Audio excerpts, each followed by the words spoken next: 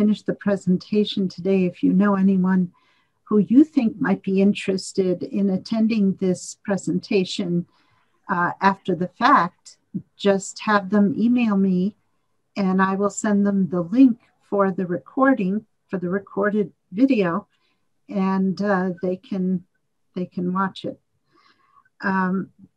So today we are we're very grateful to have Grazia DiGiorgio with us and to present on rediscovering the forgotten trickster. Years ago, probably 12, 13 years ago, Grazia was came to Caritas and gave a couple of amazing presentations on domestic violence. She is a psychotherapist, and at that time she had something to do with Safe House, I believe, and she gave us some deep presentations, really fascinating. I took copious notes, and so I was very excited to invite her and have her accept to do this presentation. It's a small group today. I have a feeling that the times with the election coming up have something to do with the attendance, but that's okay because we're going to record it. It will go out to lots of people. People will be able to see it later. So let me tell you a little bit about Grazia. She is an Italian-American diplomate Jungian analyst and contemplative and somatic psychotherapist with a background in jazz performance and martial arts. So eclectic. Currently living in Bari, Italy, and that's where she's coming to us from today. Grazia continues to share her life and professional practice as a therapist, lecturer, and teacher between Italy and Colorado, where she also serves as the director of admissions for the C.G. Jung Institute of Colorado. So when I invited Grazia to do a presentation, I had no idea that she was in Italy. But by the miracles of technology, we still are able to see and hear her.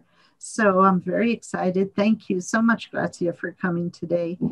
And very excited to hear what you have to say today. So take the mic. Thank you. Hello, hello. You can all hear me well? Yes, thank you. Okay, great. So, well, I would say, first of all, here we are a small group today. So my hope is that we can participate, you know, and I'm gonna present some material. And anyway, I'm thrilled to talk about this topic, which is a little complicated and also a little bit dangerous. And I'll say more about why. So perhaps let me actually ask you if anyone here has like already familiarity with the Jungian model. Yes, no? Somewhat. Okay, medium.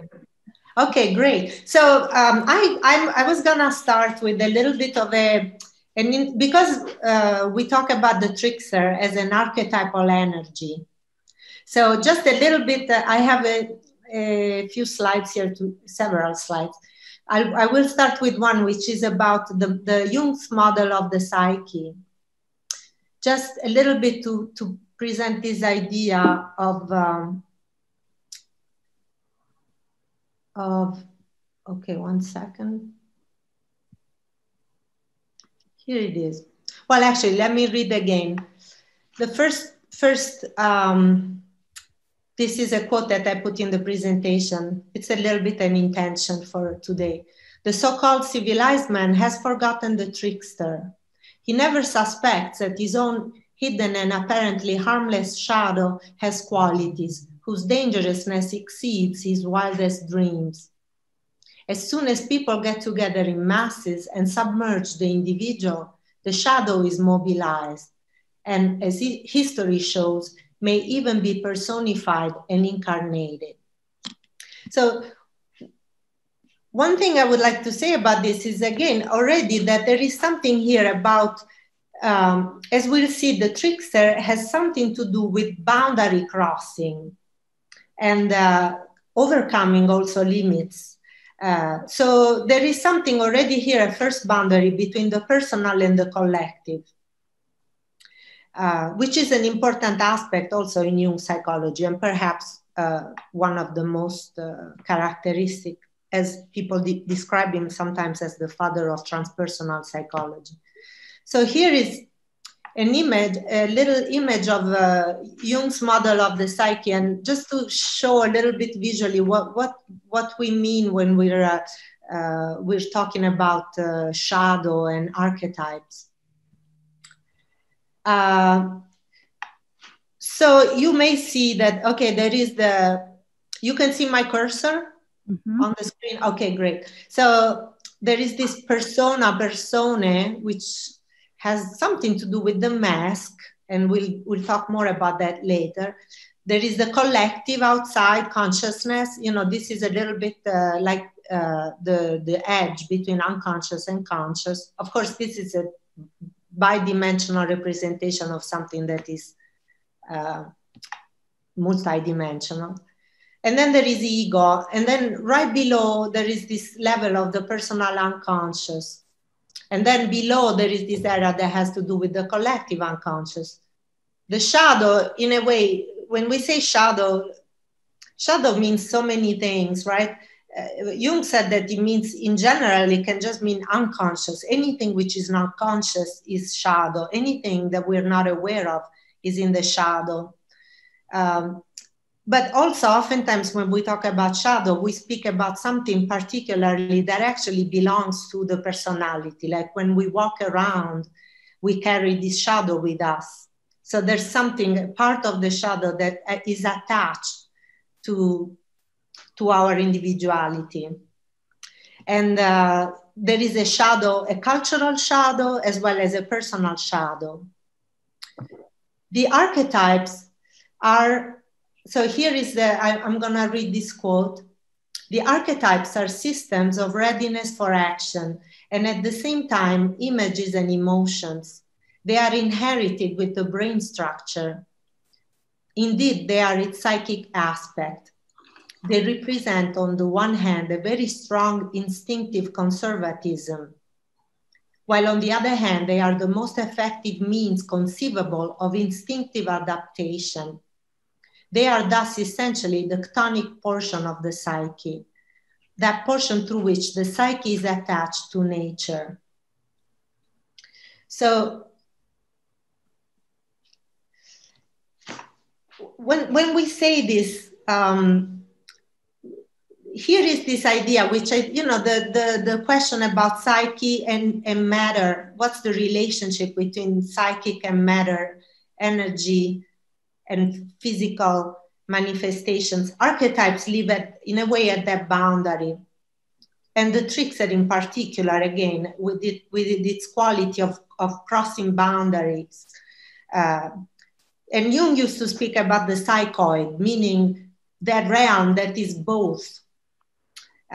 It's in contact. It has elements that are psychic and also material. So when we talk about archetypes, they are rooted in the body, also in our DNA, in these instincts which have evolved through generations and generations and generations, through evolution. So because we are not just speaking about intellectual ideas here, the idea also here is, and especially because we are a small group, basically the idea here is that talking, looking, reflecting about the trickster, we can actually, we're inviting transformational. Jung would say, from a Jungian perspective, we say that the contact between ego and self, or transforms the larger self, or we can say the divine. So when we are in contact with the transpersonal, we are transformed, but also the divine is transformed. Is this a new idea? Okay. Not really. Okay, great. So they're not wonderful. So there is a mutual transformation. So here we are today engaging in this. And in a way, all that I'm going to present from here on is like a big amplification. You know, in Jungian work, we talk about how and of course I say Jungian because, you know, I come from this point of view, but I'm aware that all of you have, we may look at the same thing from different angles. So archetypes from this point of view, we cannot really see them. The unconscious can only manifest through symbols, images, figures.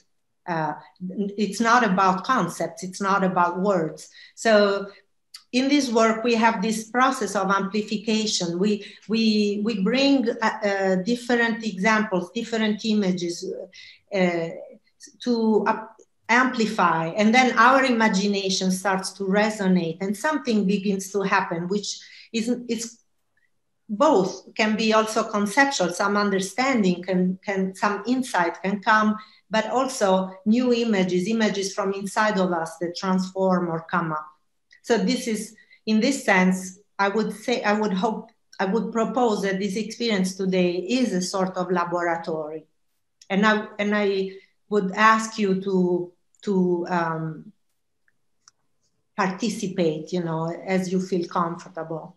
And to begin, because again, we're not just talking about ideas here, a very important thing to work with this material is from an alchemical perspective, the first thing is you set the container.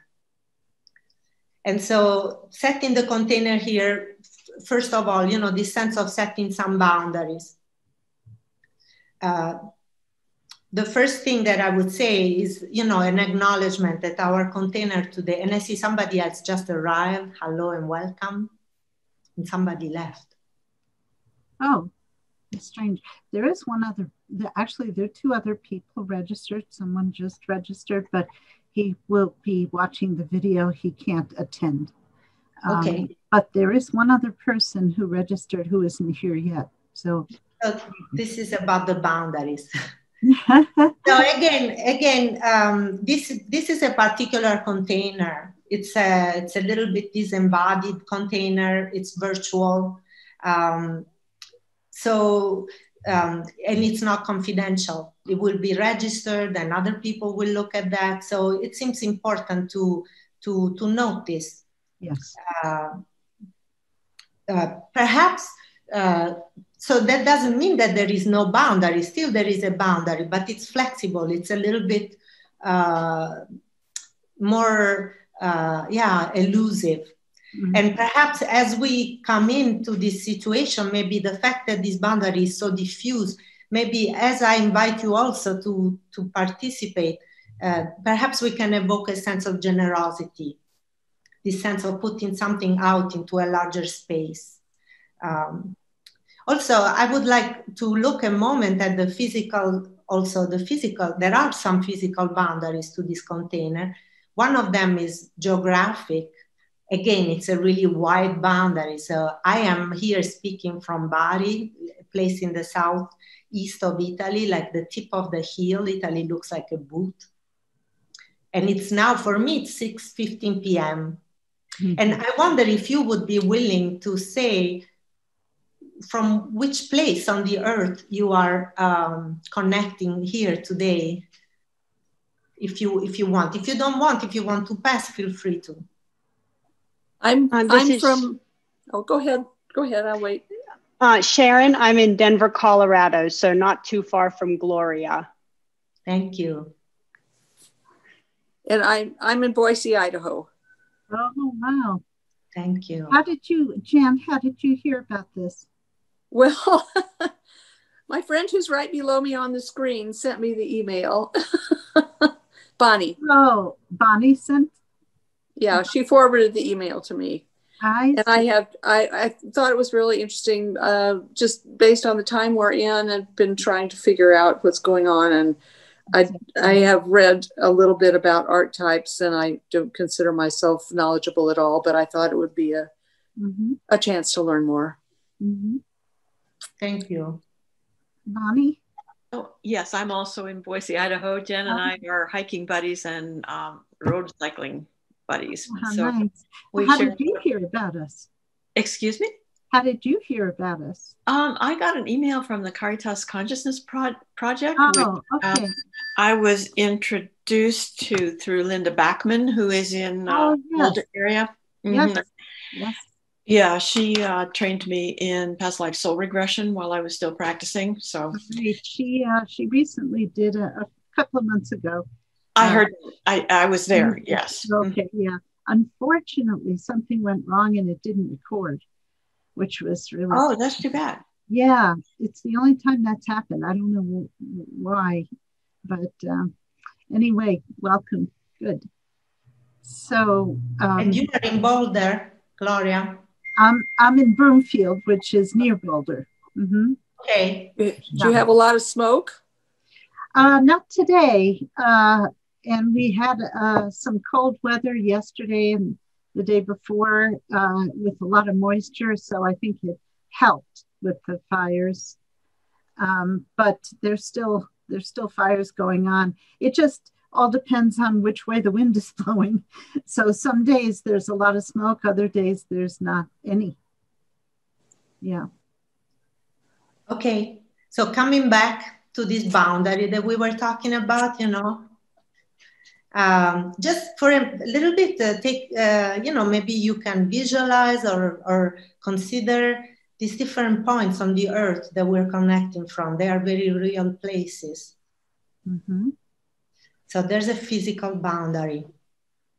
And also, from that point of view, also, let's take a moment also to, if you want, to acknowledge the ancestors.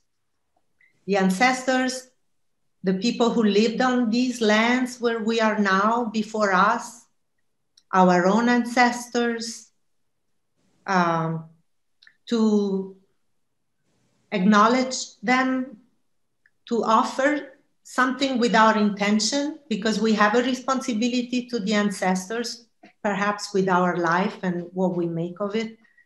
So we can say thanks and acknowledge them. And if you're comfortable, also invite them to hold the space for us and to inspire us and protect us, because we need that.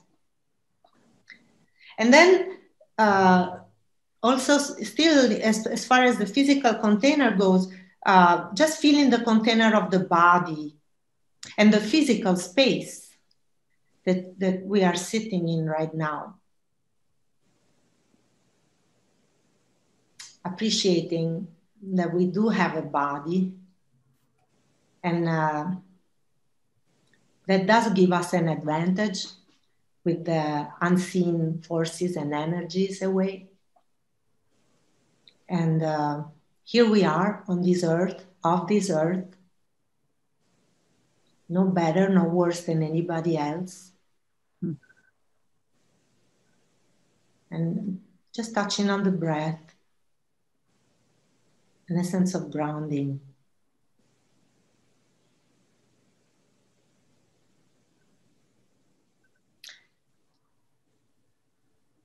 Thank you so much. And so next, I would say now is the moment a little bit to set some intentions. I would like, if you want, I would love to hear a little bit about if you come in today with some curiosity or specific questions about the trickster, if you have also a particular connection or don't to this figure. if you would like to, if we want to take a little bit of a round for that. And of course, if you want to pass, just feel free. I would say I'm simply here out of curiosity and don't come with any preconceived ideas about what it's going to be. Thank you. So I feel like these times that we're in are really important, transformative experiences, and that we each contribute or draw from that collective experience. And my position is I want to know how to be the most awake and active in a participatory way as possible, because I consider the trickster a really important teacher, and that a teacher that we can dismiss because we ostracize and criticize because it's not part of us. And so want to be able to see both sides of what's going on and how I can best contribute. Thank you.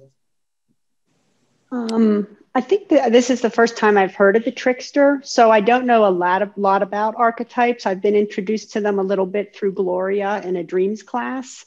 And then I did read a book by Carol Pearson that talks about 6 archetypes, but I understand there can be, some people talk about more. So I like the name, the trickster. It seemed appropriate for these times. And I'm definitely interested in sort of the collective aspect of it as well. So not just how, I guess archetypes can kind of have a collective action. I think that's the impression I got from the summary of today. So I'm curious about that, if my impression's correct. Thank you. Yes, great.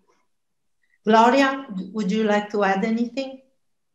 Well, I think there's a lot that you have to teach about the trickster that I have. I mean, I reference the trickster in the DreamWork classes, but I think this Pulcinella character archetype may have differences or additional information on the trickster that I'm very eager to hear about. But I see the trickster, I think the trickster is alive and well right now in the world, because one of the things that brings out the trickster is hubris. And there's a tremendous amount of hubris going around right now on both sides of, every argument, right? And that is a recipe for the trickster to, just become more active. Yeah. So I think it's a very timely subject, and I can't wait to hear more. Okay. Yes, thank you. So once again, just a little bit about this idea of archetypes. This is for every archetype, again, back to that image I brought before. So archetypes they're autonomous in the meaning that they have their own intention, they have their own law, their own way of organizing. And archetypes organize psyche as well as matter. So, and they give shape to experience, to meaning, to understanding, and they give shape also to matter. The way that that our staminal cells, produce a living being, or a tree comes out of a seed with a certain shape. There's something about an inner logic. So in that sense, earlier there was this word conservative principles. Conservative meaning that they follow their logic and they move through time and space. So that's another interesting thing, that Jung came to this idea where, again, there is this sense of the collective, because he found that in people's dreams or experiences, some themes, some archetypal images, because once again, the archetypes are not words, but they are actually images, figures, symbols. They appear throughout cultures, throughout space, throughout time. Mother, the archetype of the mother is the same in some way. It's not the same, but it has common elements across the world, across space and time. And so here we're talking about, and one of the things also about archetypal images is that so they have this inner logic, this inner movement, their telos, you know, to use this Greek word, their destiny in a sense. But also they work with the historical events. Again, the transpersonal is transformed by also the personal. When we personally engage, the divine is transformed. There's something about, you know, the creation that is behind also the creation. Creation allows to the divine to be conscious of herself in a way, this interfacing. So these archetypal images, they as history and humanity's development goes on, the archetypal figures change, they go underground, they may come back up at certain particular times. So here we're also considering this question about, and I'm gonna do a long, I hope I'm not gonna bore you, but I will go back in history and tell you all these different informations, you know, from way back when. But the idea also is that we're gonna think about, when did this trickster thing come up and what was happening then and what is happening now? Because that can tell us something about how does this work? Because the other thing also about archetypes is that they have their own autonomous principle. They are not for or against. There are no positive archetypes and negative archetypes. The archetype is not working necessarily to help us or to save us or anything like this. It's about how we engage. So this is important. And if, of course, you know, I want to say, if anything I say sounds strange or you have questions, just please do help me and offer your questions. I have a question, please. Each archetype is part of a collective of archetypes, yes? Please go ahead. Continue. Oh, well, I'm just trying to make an image in my head about, you know, the mother, the mystic, the healer, these different archetypes. They're all part of a collective unit, right? So I would say, first of all, you know, this is a very good question. Here we are talking about something we don't have actually a map on. Nobody has the, you know, the download on this thing. So think about, you know, you consider, I'm just offering my point of view. Mm-hmm. From this point of view, the collective is like a huge ocean in a way. Let's say image the collective unconscious like the ocean, and the collective consciousness like the space, air. Yeah. Yes. Where light shines and then where light is not there. So in the unconscious, this is the collective. The collective is all, it's collective, meaning there is no separation. Right. The unconscious, the unconscious is collective. Okay. So in there, in this big flow, in a way, you know, it's both particle and wave, meaning there are these energies moving through. And even when we say, okay, we say the healer, we say the mother, some people like to make classifications of archetypes, but I could also, from my point of view, it has sense, but it's also, on another level, it's also not true, because the mother has something about the healer, you know, and then it depends how it manifests. So there is no limited number from this point of view, there is no limited number, there is no list of archetypes. Got it. Okay. So when you said earlier that we inherit an archetype, that not necessarily from our blood lineage, right? Or is it? Also, yeah, there is from this Jungian point of view, archetypes are linked with instincts.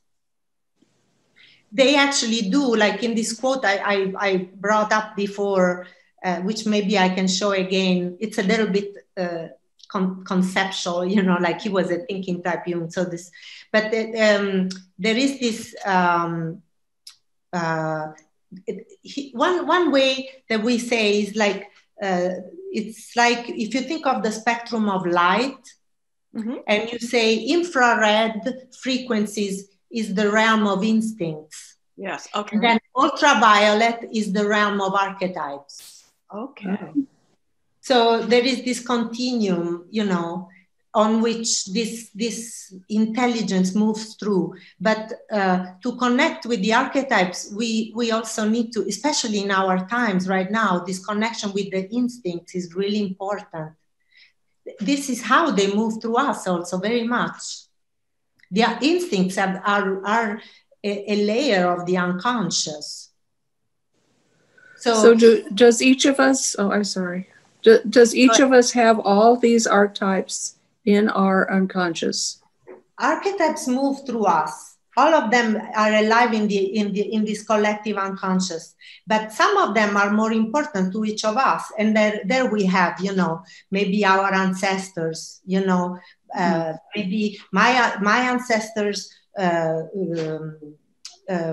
traveled, or they had to emigrate, you know. So maybe I have somehow this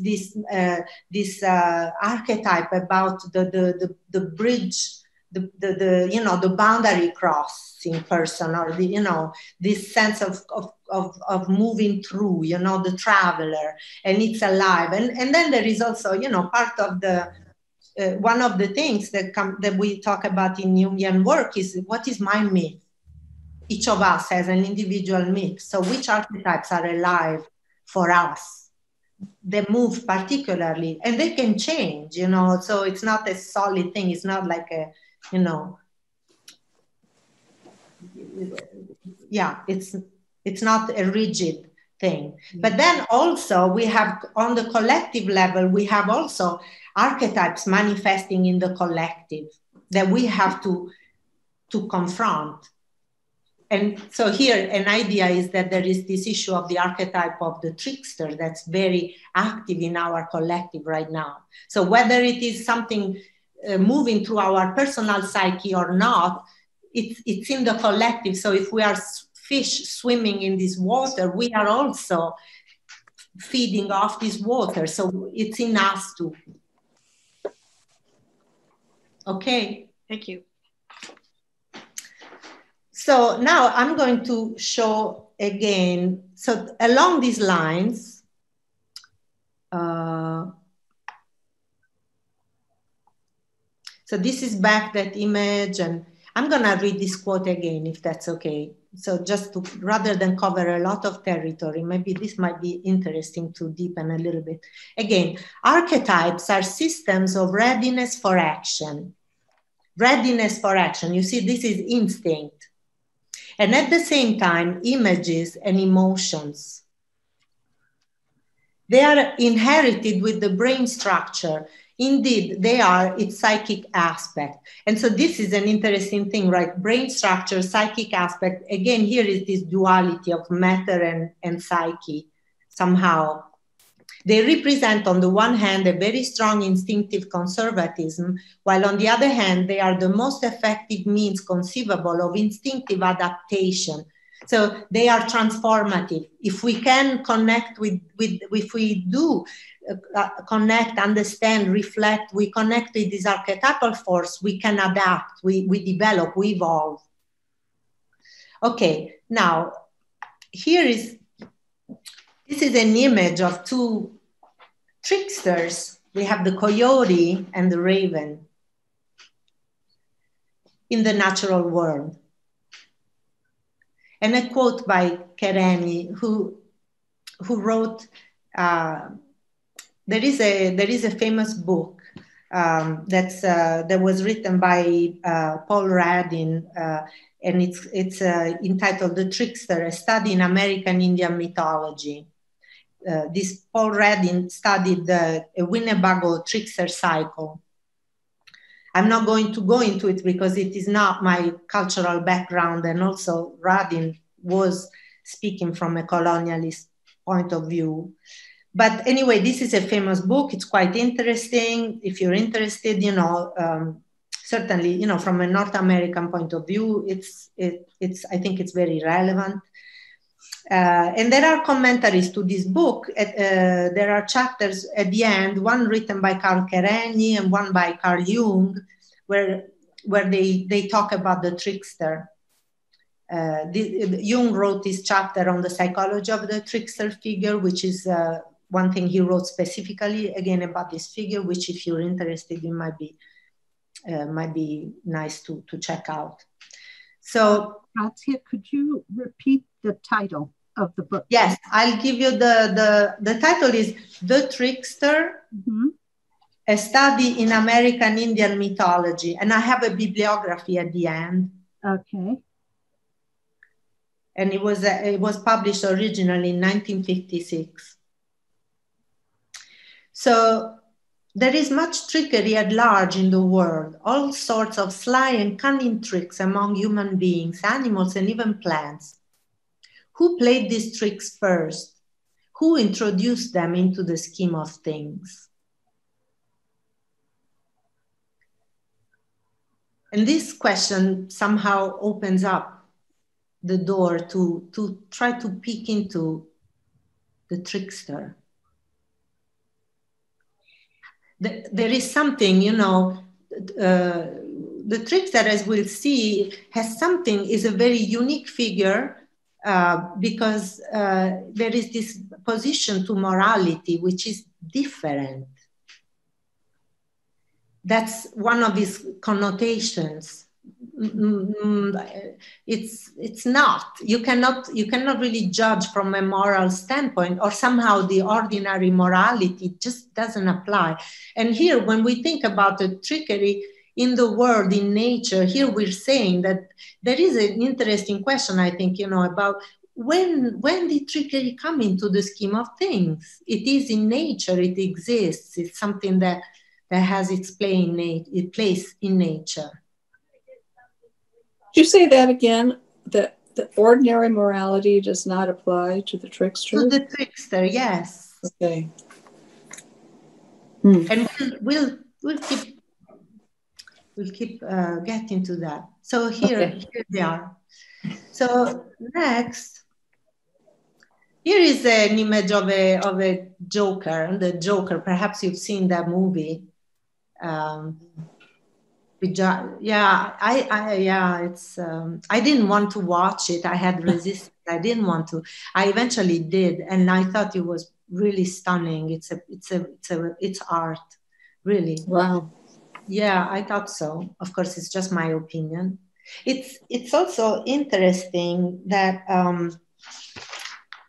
I have a bunch of quotes. Anyway, it's interesting how it was discussed, this movie. Some people were saying, like, I don't want to see another movie with a frustrated white man going on a rampage and killing people. Do we need that, And several critics thought, there's no point. But so that's a question to consider. Anyway, there's how he came out. There's one of the places that he came out recently. And this quote by Jung. So he said, I think found a suitable designation for this character component, referring to the trickster, when I called it the shadow. And again, this links up a little bit with this idea about when we speak about the shadow, personal or collective, the shadow brings a counterpoint to consciousness. It's that which is not in the light, which is in the back. So, and it's in the back because we are looking one direction. We have a certain attitude, to say psychologically, we're looking at something. We have a stance, we have a position. So if we are looking at being, for example, moral, meaning congruent or honest or nonviolent, then in the back, there will be the opposite of this. And so the trickster calls us to a confrontation with this. I have another little example. This is from the New York Times. In last year actually, they were talking about there is an invasion of the clowns. All of a sudden, they're everywhere. The clowns. So this idea, you know, that the trickster, the clown, is emerging, it's coming up. Not to mention the fact that, you know, there is the idea of the mask.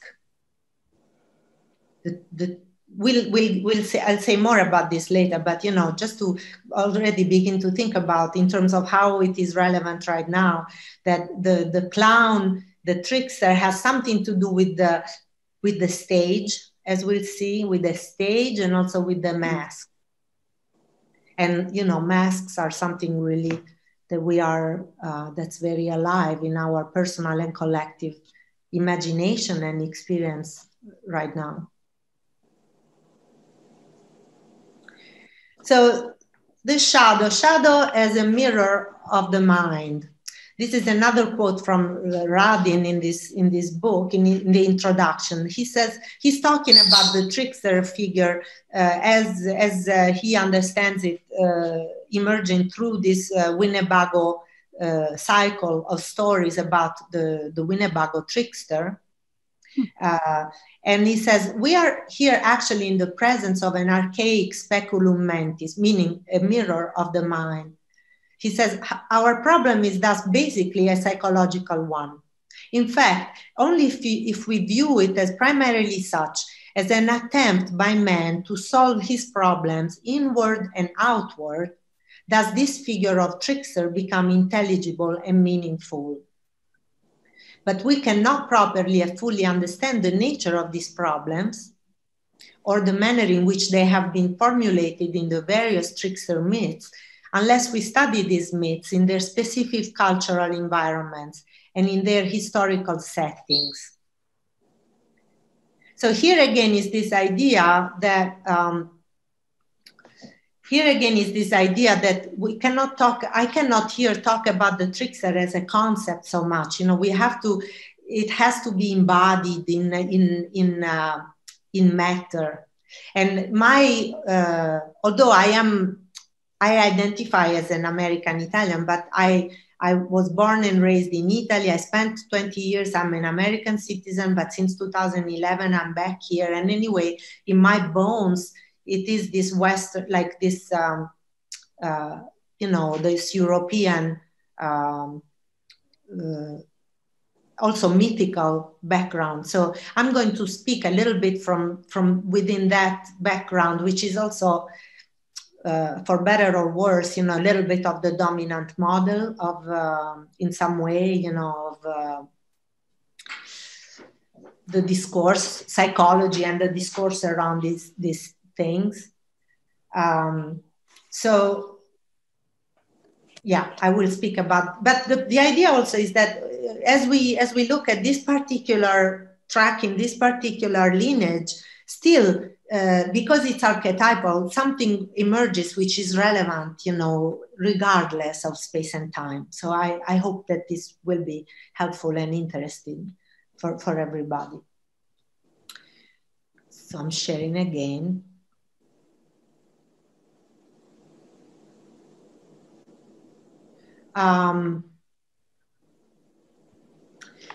So this is just an image. This is a lamp. It's a lamp designed by Catellani and Smith. They are like designers in Italy, and it's a beautiful creation. This is like a metal mesh suspended near the wall.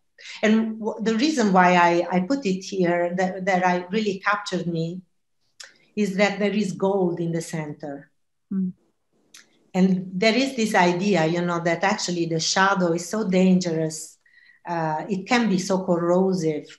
It is impersonal, as we said before, collective. So when we do go into it or we deal with it, it's complicated because, you know, one of the images that are traditionally associated with the shadow is that of excrements. shit. And, you know, shit is necessary to foster new growth. But at the same time, it's also so important that to sort it through, because if it's too much, then nothing grows, it just rots. In the same way, if we try to work with the shadow, everybody else's shadow, nothing comes, you know, we can just be completely overwhelmed. We have, the first thing is, again, this idea of the container. We need to figure out our own prime matter, our own shit. We work with our own shit. In our own shit, the shadow, there is gold. The gold, there is, so in alchemical terms, the shadow, the black of the shadow is the key of transformation. Every transformation needs this element of black. Otherwise, nothing transforms. And as we'll see, this is very important, particularly for the trickster, because the trickster, I suggest that it has a particular function to come in when a system has been worn out. There is a some sort of classicity, can you say, a state where the collective has become, worn out. Something that was great, but now it's old. It doesn't have any life. It's got a little bit sterile, and it requires a revolution or a something that subverts, that opens through, that breaks through some new growth. So this is something that activates the trickster. I suggest, I propose, also Paul Radin and Kerenyi also say that in those essays that I mentioned earlier. So just think if that might make sense for you. So just to clarify, what I think I heard you say is that when a thing, an event, or an energy is done, tired, over, that that provides an opening, or it's a stimulus or a provocateur for something new? Yes, I'm actually more than an energy. I'm more referring to something in the collective. Is like a social structure, a system of values. Sure. So when it's that's an organization, and it can also be psychological, like a way that this is who I am, an identity. This is what I'm good at doing. This is what I know, and how I function well. And then I do it because it works. And then at a certain point, it gets old. There's no life. It gets worn out. Mm-hmm. And that's when the trickster comes in. Got it. Thank you. And what does the trickster do? Yes. For that situation? I mean, in some cases, if we're feeling stagnant about something, that is, evidence that we need to let that go, and because something else is calling us, right? In other situations, that stagnation can mean that same endeavor just needs to shift somehow, that it's not an ending, it's a transitionary stage. So does the trickster then shed light on what needs to be done, whether it needs to, whether it's an ending or whether it's just a transition? Is that a question? Yeah, that's a question. How does the trickster illuminate what needs to be done? So this is the question, that we are. So what I would propose, of course, it's a very important question. I invite, perhaps you've already thought about this question and you have your ideas. As we keep going with this amplification, perhaps some elements might come in terms of what actually characterizes, because there are other forces that break through. Mm-hmm. It's not just the trickster that transforms, but the trickster has certain particular aspects. Mm-hmm. So we're gonna amplify and look. What do we know from myth, from images, from these characters as they keep emerging through history? What are the dramatic plots that come up with the trickster? And perhaps that can also give us some other indications, or it may be interesting to consider. So perhaps we go back to your important question after, and hopefully we'll have time for some conversations about this. Mm-hmm.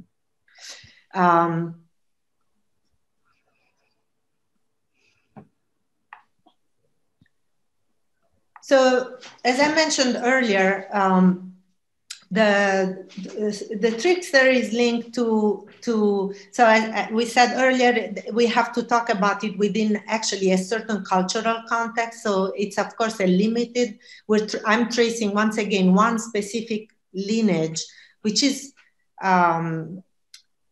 back to the theater. And this is an image of one of the first theaters, the theater of Epidaurus. And it's the theater of Dionysus. Dionysus, I don't know, is the god, the god that is linked to the theater, to music.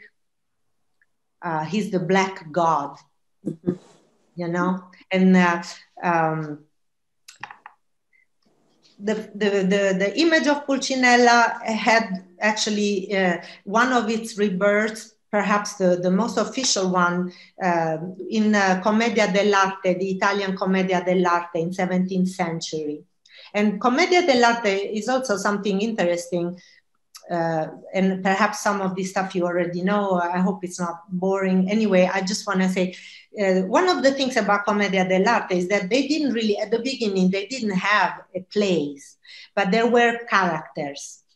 Certain characters like archetypes. There was the old man, there was the beautiful young woman, there was Pulcinella, who was a certain type of character, as we'll see. So different characters with their characteristics, and they would play, and then they would get on stage and they would act. So each one of them would follow their own logic, their own. They had their own way that they would interact with the others, that they would organize what was happening in the dramatic action. So, so from that point of view, the birth of theater has something also to do with this, of modern theater actually, has something to do with this, this quality of this, again, archetypal forces moving through, and people would look and they identify with one or the other, and things would happen and move. And oftentimes the theater, as it says in this slide, one might describe the theater somewhat anesthetically as an institution for working out private complexes in public. So the roots actually of the trickster, of at least Pulcinella as a trickster image. So in this Greek, European cultural framework, come from the fact that in these ancient times, you probably heard about Greek tragedy. They would have I think 3 tragedies and a comedy, a farce. And the farce was, they would have the same characters that they had in the tragedy, but they would act, it was like the shadow of the tragedy. Mm. In the tragedy, they were very, they were speaking these beautiful words, and everybody was so, there was this tragic quality, big destinies, heroes, gods. And then in the farce, they would do 2 or 3 plays of those. And then there is the farce where you have the same gods, the same heroes, but they are fat, they carry a phallus, and they would behave, and people would laugh at them, and they would do their thing, but they would be ridiculous. So it's the shadow again. Mm-hmm. And that's where a little bit the characters which are linked to this modern Pulcinella, somehow these are the roots. And I'll show some other images here. So here is an image taken from a base from the end of the 5th century before Common Era. It shows Dionysus and the cast of a satyr play. And perhaps if you can see here, this is a drawing basically from those times of what the scene would look like, you know, in one of those plays. So people were pretty naked. There's masks. You see masks, and there are like there's phallic, you know, there's satyr plays, they would call them. So I'll read the quote here.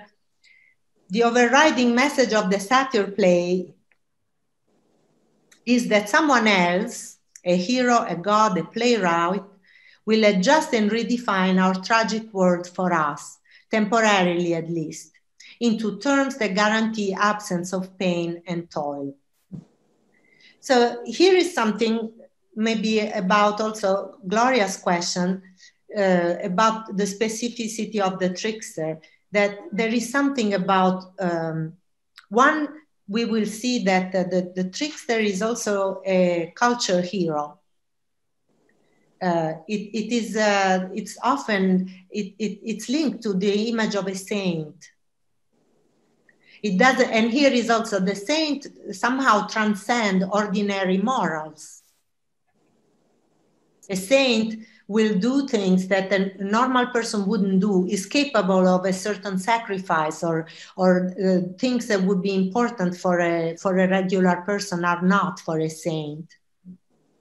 And in the same way, so that could be defined as an irrational moral stance also. So there's something about transcending. Some of these dramatic motifs from these early roots of the trickster, and here again, you know, there are masks because we have to do with the theater. So some of the dramatic motifs that we find also in modern time trickster is the fact that he plays malicious tricks. There's an ability to change shape,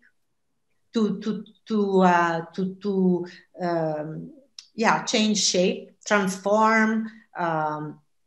There's a sense of subjective suffering. And here again, also this sense of the saint and the trickster also. And there is also this idea of wounded wonder as an agent of healing, and the motif of death and rebirth. This is very much an element also of Dionysus myth.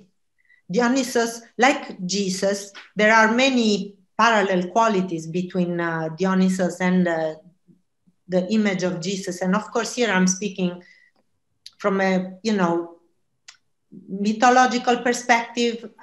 Perhaps some people could be offended if for me to put Jesus together with Dionysus. No.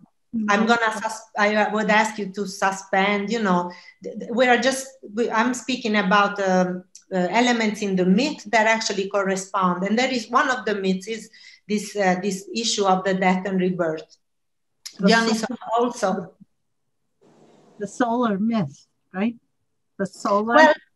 Well, Jesus would be the solar myth. Dionysus, I would say, is more lunar.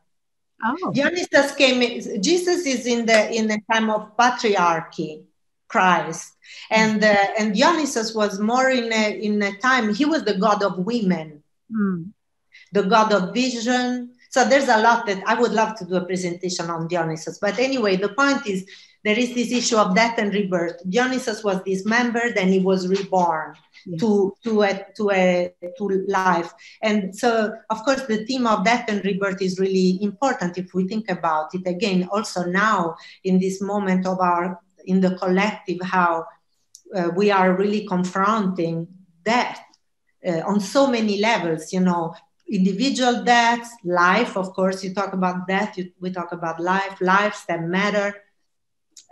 Also, Black Lives Matter, again, just to speak symbolically, and I know that there is a very real and extremely painful and important aspect in this, but also Dionysus has to do with Blackness. And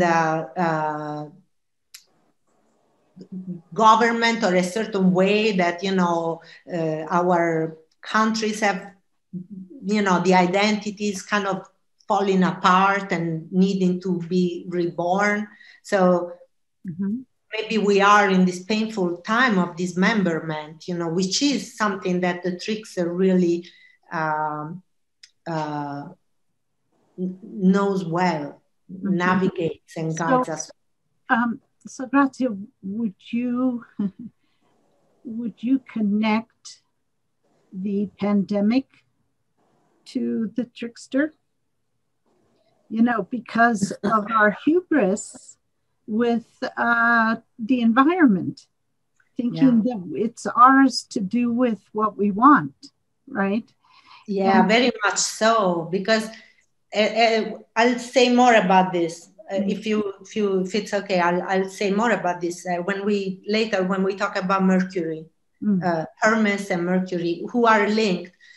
Just, I will say now, in terms of mythologically, and you know, again, when we speak about myth, myth is a place that we learn, we can see the archetypes, because myth is, from this point of view, is how humans have expressed an insight or an experience of these archetypal forces that move through, and that is why, from this point of view, we like so much to think and to study and to work with myth and fairy tales.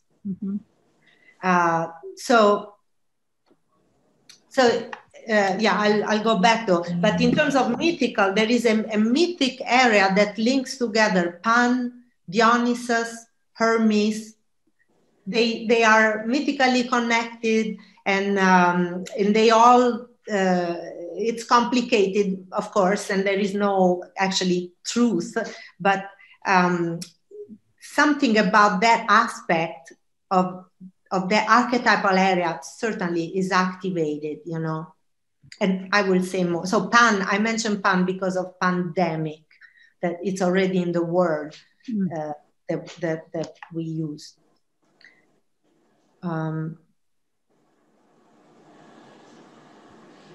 So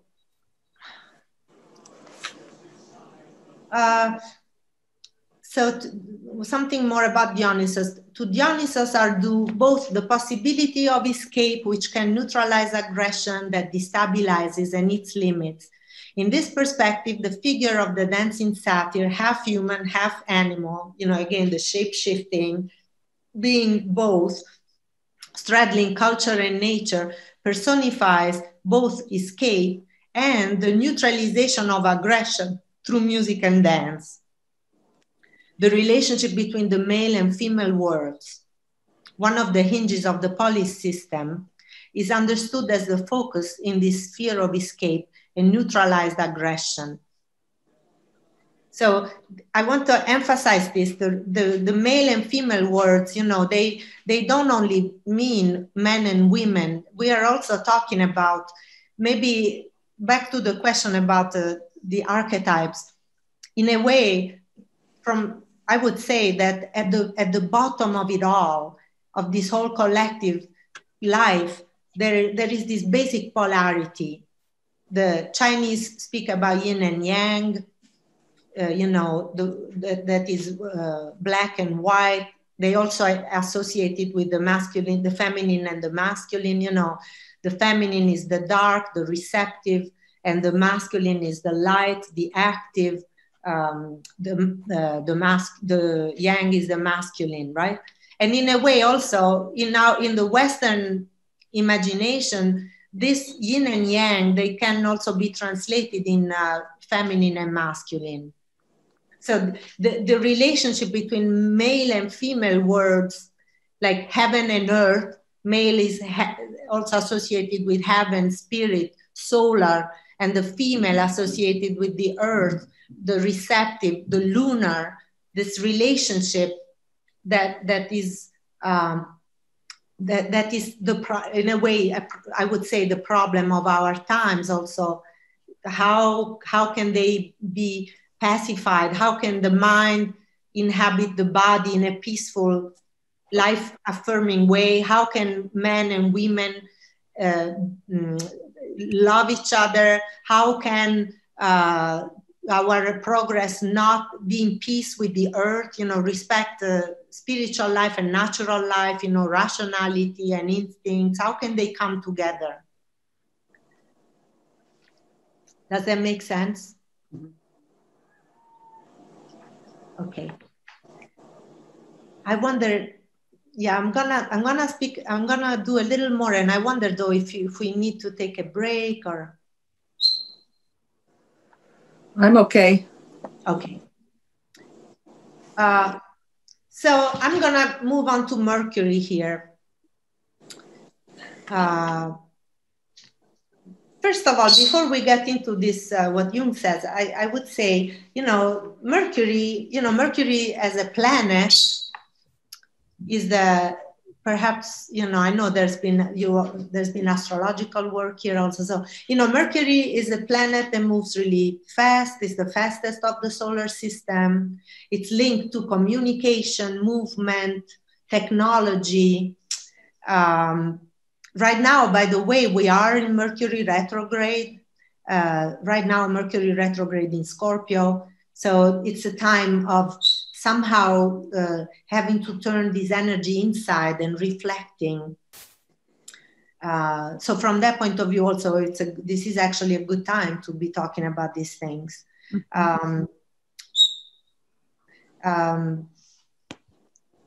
So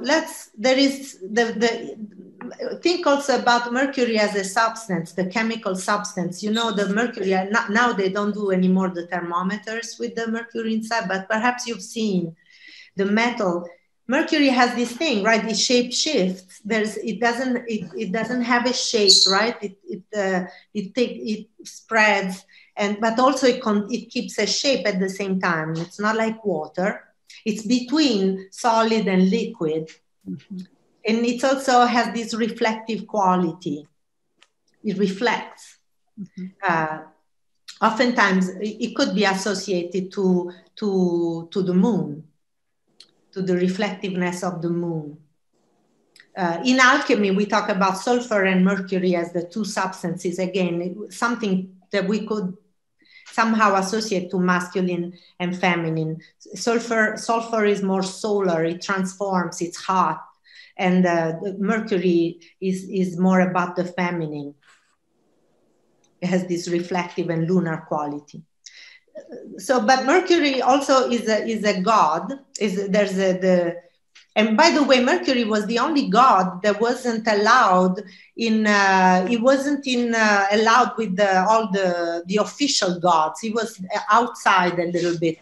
Part of this because he's mixed, he's dual. And I'm gonna read this quote.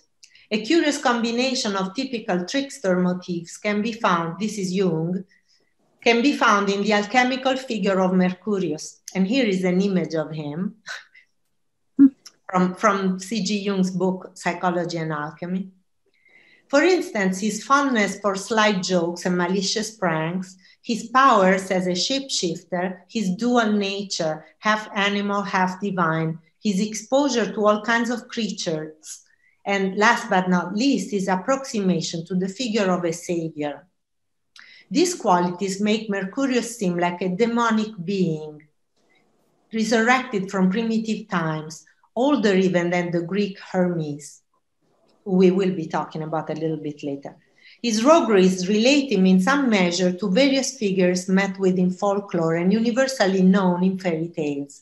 Tom Thumb, Stupid Hans, or the buffoon-like Hanswurst, who's an altogether negative hero and yet manages to achieve through his stupidity what others fail to accomplish with their best efforts.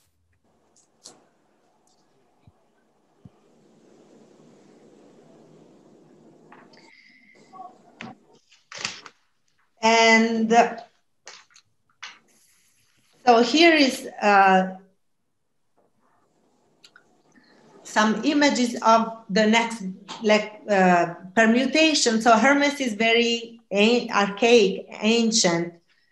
This Jung here was talking about the alchemical Mercurius.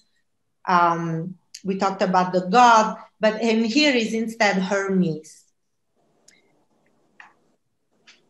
who is actually the Greek version of Mercurius. They are the same type of archetypal energy from this point of view. And I just put together, this one on the left is an image drawn by Picasso, who drew the costumes and the scenes for Stravinsky's ballet Pulcinella from 1920. So by the way, I just want to say, this ballet that Stravinsky wrote, from 1920, was composed right after the First World War. Mm. So it was a particular time. And Stravinsky didn't really have, it just came to him that he wanted to do this. And Picasso, this is the first thing that they actually worked with together. Picasso was drawn to collaborate with him on this. And Diaghilev was dancing. So, and there are some actually, I think there are some, the work has been then replayed. I had a video, but it's too long to put in here. So it's beautiful. So again, that came up at a particular time of big transition. Imagine, what we know about how this First World War, in terms of, world history and people's experience, the impact that had. On the other side, there's an image of Hermes from, again, the 5th century before Common Era. And I think it's striking. It seems to me like, that we can see some similarities. And there are, and I will say more about that.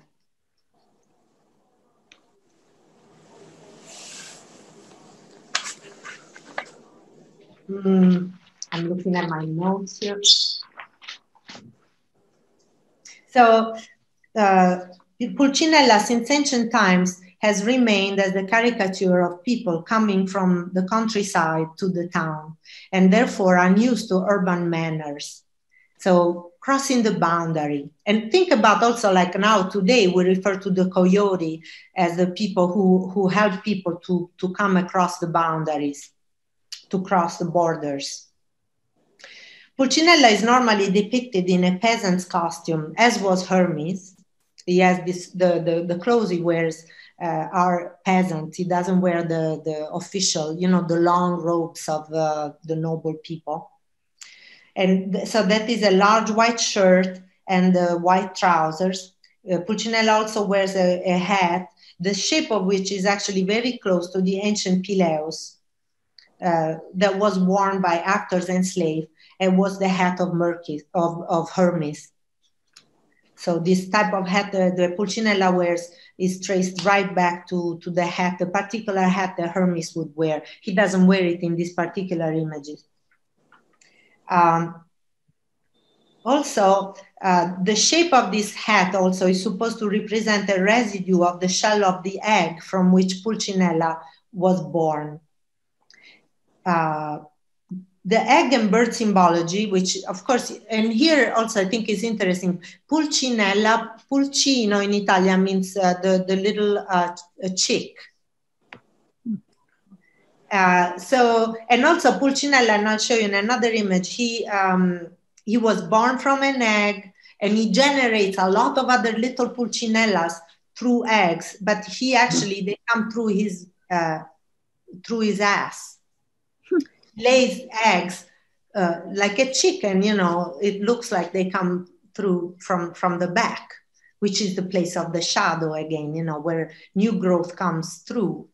So the egg has symbolically, has to do with potential, generative power, right? Fertility. Fertility, yes.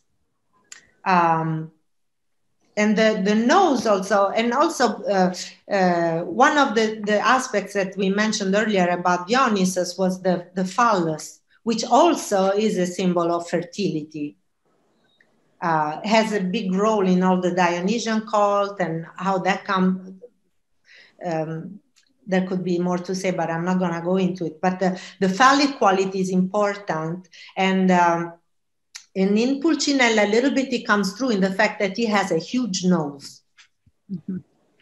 A huge nose. And maybe we can say that symbolically, there is something about between the nose and the phallus. Right? Pointing the way,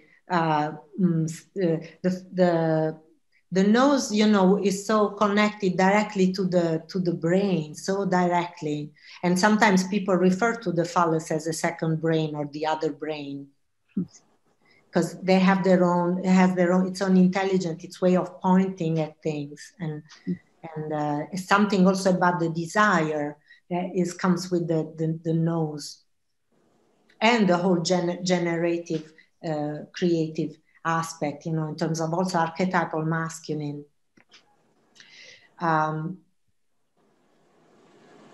So something more about Pulcinella. I mentioned earlier that he comes from the Italian Commedia dell'arte. There are many Pulcinella-inspired characters all over the world.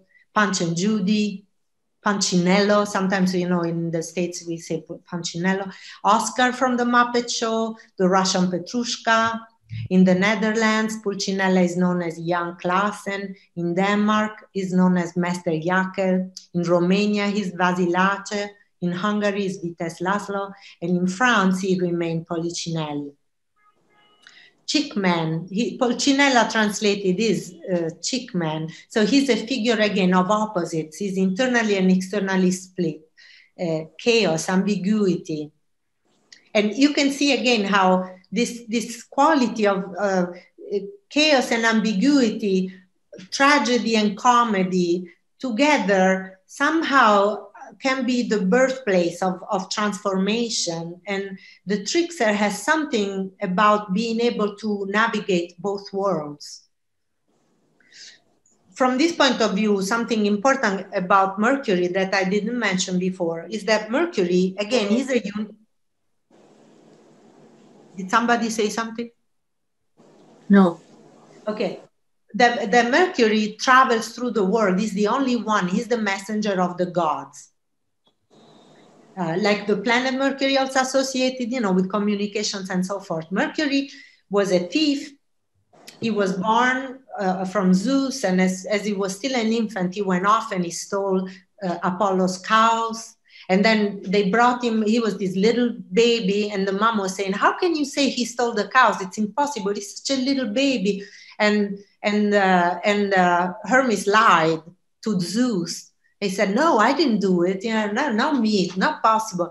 But eventually he had to confess, and he brought Apollo, he gave him back the cows, and Apollo was so fascinated because Mercury had created musical instruments that he exchanged with Apollo.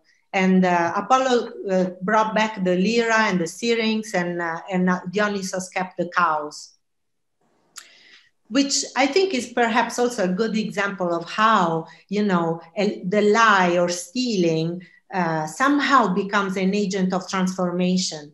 Because afterwards also, Apollo, the image of Apollo, if perhaps you may be familiar, you may have seen, he always has the lyra.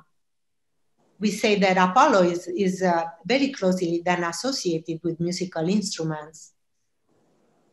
Of course, the music of Apollo is very harmonious and very, very harmonious, symmetric, whereas Hermes is not. So anyway, he can travel. He's the only one who can travel between the world of the gods and the underworld gods. And he can come back, because this is a path that others cannot do. Nobody else can come back from the world of the dead. There's a lot of myths around that, but Mercury could. So again, this quality of crossing through crossing boundaries, bridging things that seem to be unbridgeable, polarities that seem that there is no peace that can be made between this point of view and that point of view, this position and that position. This is unacceptable. I cannot even think of that. But Mercury can do it, and he can come back, and he can establish a communication. But it does require something that has to do with the sort of humiliation of our attitude, or something where there is a dismemberment and a new birth. So again, here is a cultural, social, ethnic mediator. He expresses the conflict between the pleasure principle and the reality principle. He's an agent of change. Some of his traditional qualities are phallic and feminine. In alchemy, we have the image of the hermaphrodite, which is really very important. It comes up in people's dreams who never even heard of it, of this image, as a figure of transformation. And I'm not speaking about, of course, the transgender is, well, there could be more to say about that. But so he's lustful, fool, wise, thief, transformer, jealous, generous. There's insatiable hunger, shameless untruthfulness. So this question about the lies, lying, not truth, which also is very active, I think, in our collective right now. Many of these qualities are, I think, rigidity, around bridging differences, the whole gender issues, race issues, what is real, what is not real. So he is both a servant and a master and a transformist. And next, I had a video, but we're gonna skip it. So this is a very famous Italian actor. That he's been Pulcinella for many, many years. But I'm gonna skip it for now because I would like to leave some time for discussion. Just briefly, here is just for curiosity's interest, some of Pulcinella's antecedents, how do you say? Antecedents. Antecedents, thank you, Gloria. 5th century BCE, from the Pliakes, satirical plays, movement and dance. Ithyphallic means that he has a phallus erect, that he has an erection. The Roma Natellana, the names that he had were Marcus the Fool, wearing the white tunic and a black mask. Kikirus, it was a half bird, half human with a long beak-like nose. So he's a little bit a mixture of these two. Just to say how, these qualities, again, that come up, they tell us something about, there is a logic, there is something about this image that exists in himself, that survives and moves through, comes back to people's consciousness and gets to be represented over and over again through the centuries. This is a drawing from 1631 of Policiniello. This is from English, British, I don't know where, drawing. And again, a quote by Jung. These medieval customs demonstrate the role of he was talking about the customs. Again, how in the essay, he talks about how in the church, they would have even in actually the Christian churches, they would have like rituals, popular rituals, where they would do a parody of the Mass. And this is in the Middle Ages. Even the clergy participated in this. Shadow, again. And on that note, I would like to say how it brings up this moral attitude. It does for me, for sure. When I think about medieval ages, and they would have parodies of the Mass in the church with the clergy involved, that they would do funny stuff on the altar. And it's a certain moral stance that gets like, wow, this is bad, you cannot do this. And now we are so much more rigid, this moral stance about what is unacceptable.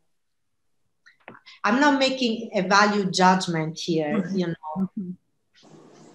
but just to recognize that perhaps I think there is this idea though that there was something valuable in having a little bit a looser moral, that something can come through and have. It's hard to keep up sometimes with what is politically incorrect. And this is where and that's the hubris also, I think, that you were talking about before, that then you have these dark places that don't get to be expressed. There is no room for moral ambiguity, and then they come out very violently, but in a polarized way. We have these elements, they come up and they are so angry, so destructive, and it's also, of course, it's not like it's one side, each becomes the destructive for the other. And then there is an actual dismemberment instead of the inner dismemberment that can bring rebirth.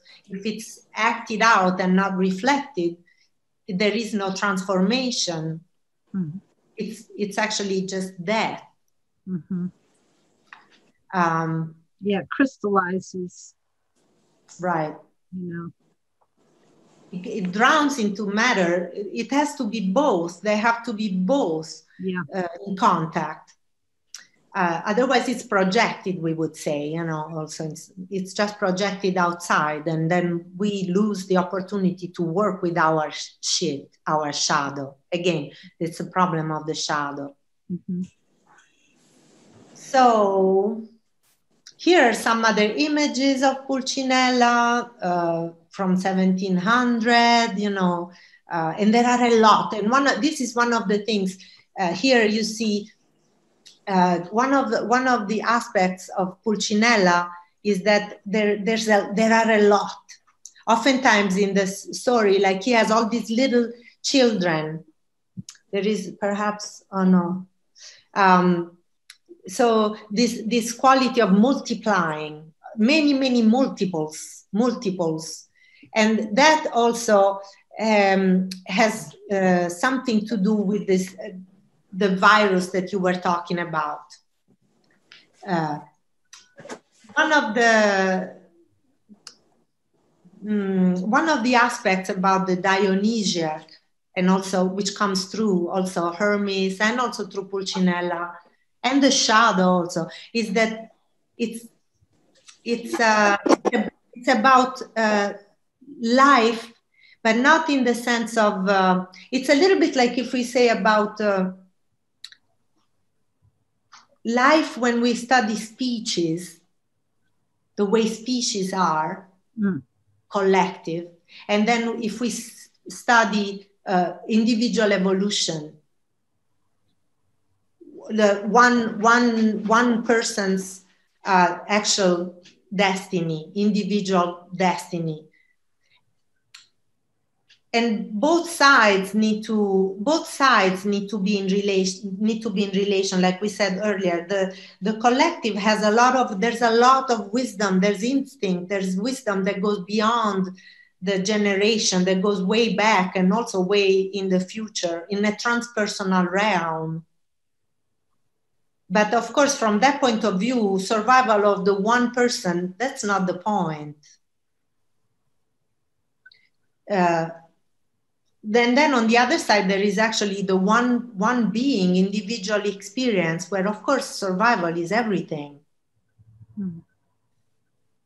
But they have to be in balance. It's a very difficult, paradoxical issue.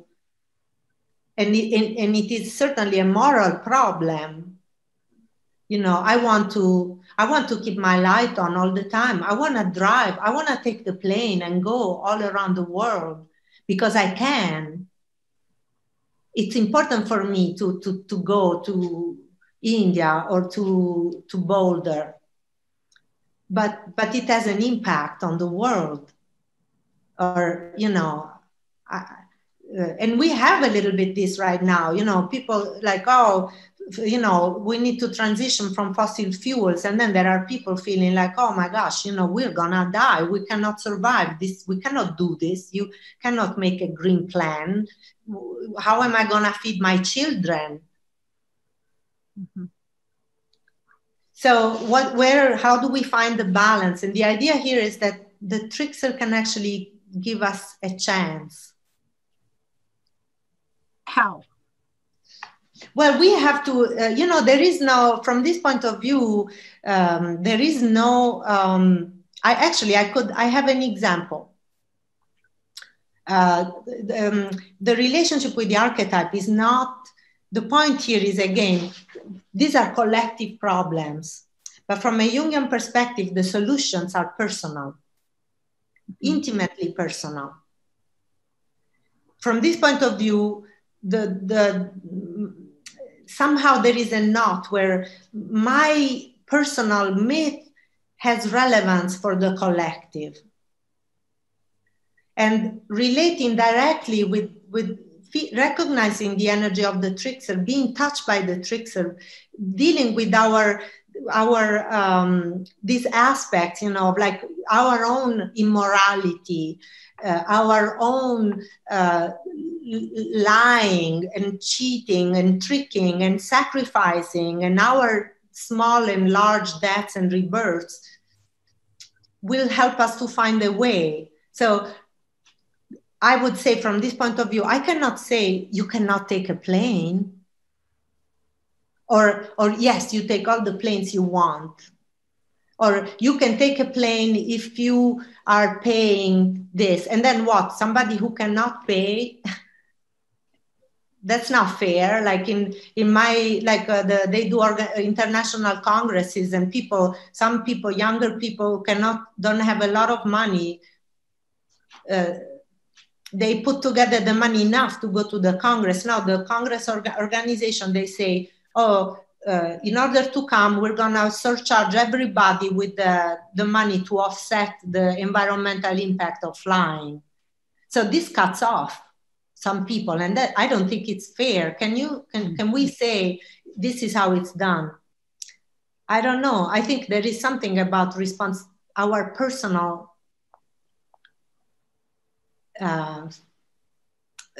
impact, you know, and the trickster can guide us. From this point of view, we can talk. We can talk to him. He talks to us. He moves through our life. Things happen, and we can learn. Perhaps this is too vague an answer. Mm-hmm. So I'm gonna stop here, and we have 10 minutes. Yes, for if there's any reactions, questions. How are you doing, first of all? How are you feeling in your bodies? And just checking in a little bit.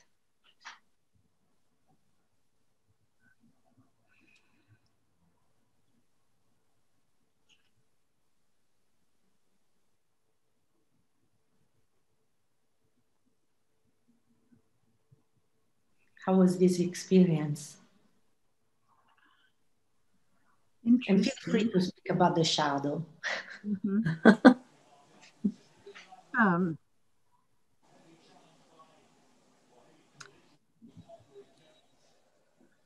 I'm still trying to place the trickster within the context of what's going on in the world today, with all this authoritarianism, and, you know, not just in the US, but other countries too. And which is a very rigid kind of energy, very rigid dynamic of power, right? And how the trickster, how that invites the trickster, and what the trickster how the trickster can somehow mitigate that, somehow, break it up.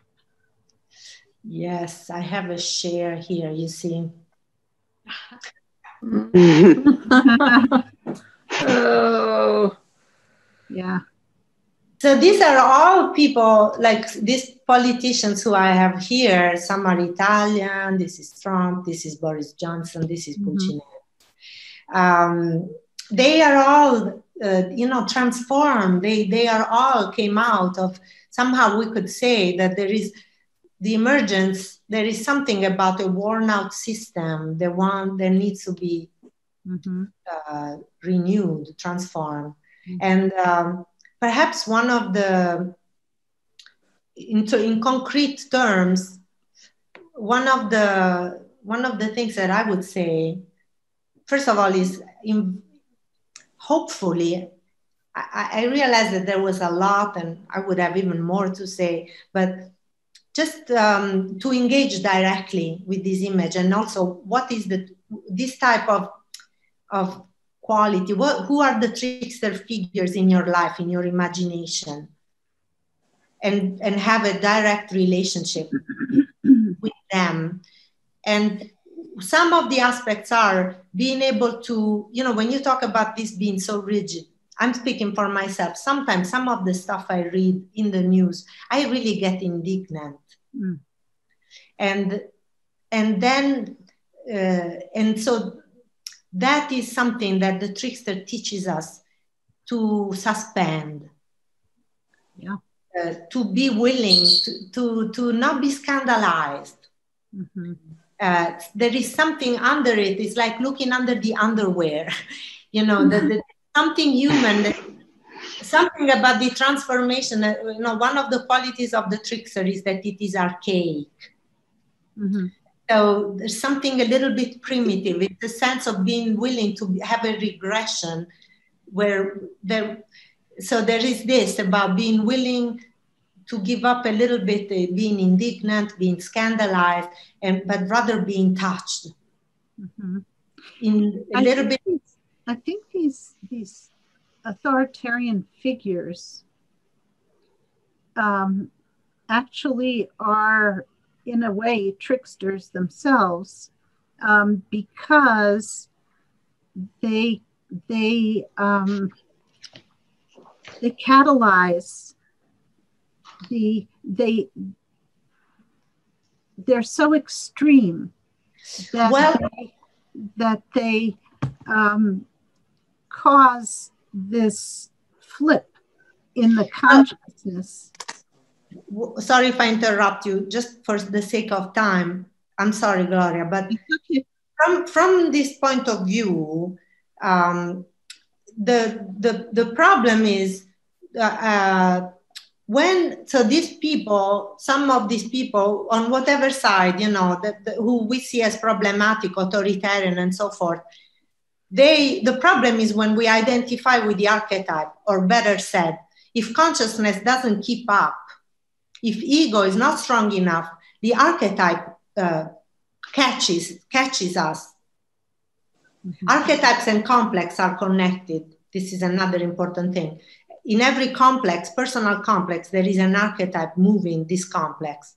So when we are in a complex, we are caught. The complex, the archetype is an anarchic force in the psyche on a personal and on a collective level. So I would say that the problem is that we are not relating enough to the trickster. There is no room for the trickster energy to move in our psyche as well as in our collective. And this is why the trickster comes out in destructive ways and captures these human beings. And then things become like this. So they are not tricksters, but they are possessed by the trickster because there is a weak ego. If it is a cultural weak ego, if it is a personal weak ego, but it's caught. So what can the rest of us do about that? So the work is not so much to fight the possession of other people, but to make room for the trickster. So it could be, not to be so indignant. These are small things, but very powerful things, because if I am willing to let the trickster energy more, I could possibly have a conversation with my neighbor or my family member who has a different point of view. So it's making room for more ambiguity, less ambiguity, not being indignant, not to be so scandalized, this sense of there is showing the ass and laughing and he's groping her. This sense of the political correctness. I'm not saying that, of course, there is no right and wrong, or that it's okay not to be correct, but everybody's evolving, and so everybody's right. And humor is also really important. Like, it's a big piece of the trickster, like that he plays tricks, he makes us laugh. So there's something about being willing to be surprised, something about also the tricks have something to do also, it's very much part of the trickster's theme, unexpected solutions that come up. So the trickster is never hopeless. But you can't have an unexpected solution if you have strong positionality. Right. And there is this quality to be able to be really surprised, something recognizing that life is actually constantly moving, and there is something juicy also about the shit, and being able to look at things from this dual perspective that actually could help to set things in motion. And once again, of course, it's about working with the shadow. Our shadow too. Yeah.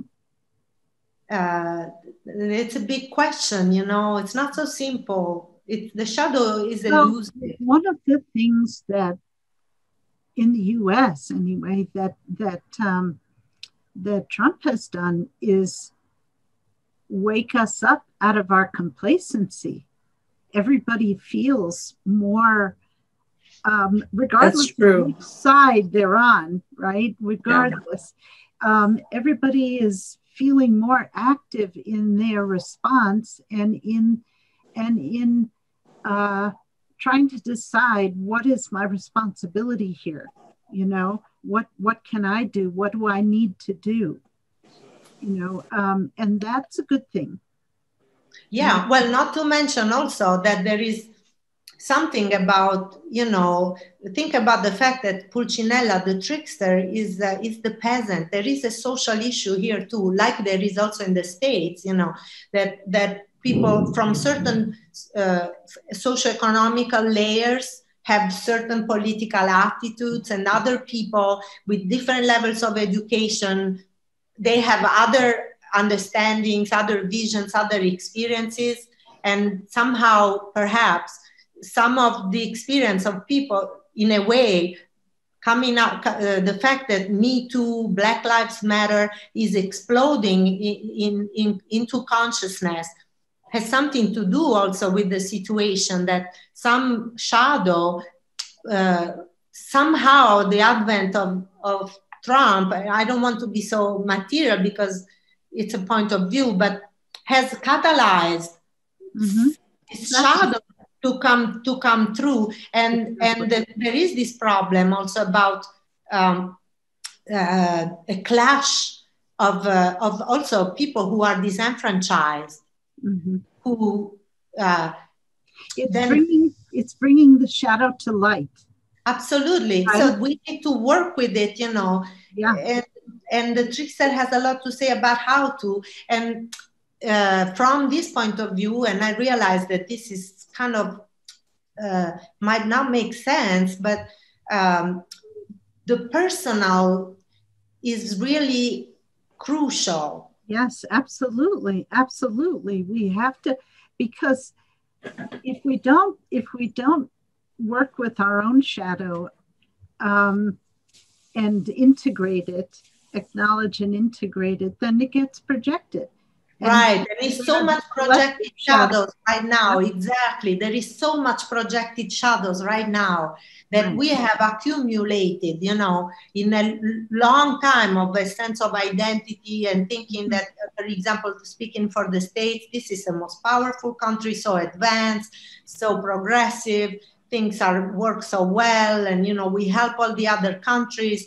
And it's wonderful, but somehow then boom, you know, it's the shadow projected outside. All those out there are rapists and murderers and all this stuff that we have to reckon. And the solution is a lot, not to be caught so much into the war outside, even though it might seem so. I know for me, you know, I find it really difficult. You know, I think I have positions in general, but then, you know, I have to take the car or not, or, you know, I have to go shopping. I don't want to walk home with these heavy bags, but, you know, or I want to eat meat or not, or so many things, little important things, you know, how that cause me actual hardship. And it's hard to look at them. And then I want to read the paper and, you know, and I have all my opinions. They're very clear. It's very, seems very clear cut. So anyway, perhaps this has, this discombobulated things a bit. Yes. Well, and maybe we can leave it like that. Yeah. Well, thank you. Thank you. Just to finish, I would like to know if you have just one word or anything that all, you know, Bonnie, Janet, and Sharon want to say before we finish. And I'm sorry for keeping you a little bit longer. Say just, I think you used the words a couple of times. The don't be so indignant or scandalized, because I find I'm triggered to do that a lot. So it was helpful just to hear you say that more than once, to make room for some of this. Yeah. It's not going to be easy, but I'll keep thinking about it. Yeah. Thank you. I find that it helps to see things symbolically.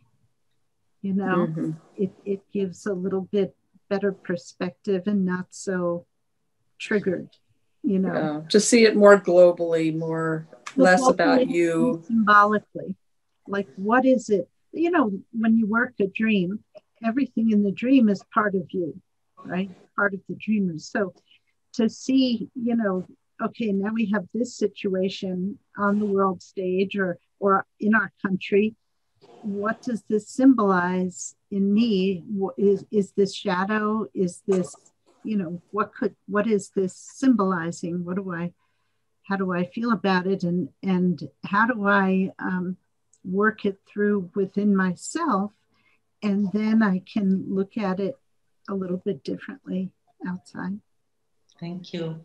Mm-hmm. A big transition or transformational process that we're in the beginning of, and that some of us can maybe find it possible to trust that it's coming to a higher level of awareness or consciousness for the whole of humankind, maybe for the whole planet. Yes. And so not resisting just because we feel. I see it as labor pains, you know. Right. We're giving birth to a new reality, to a new, and it could get worse before it gets better. Right? Yeah, we don't know the timeline. We don't know if we're in transition yet.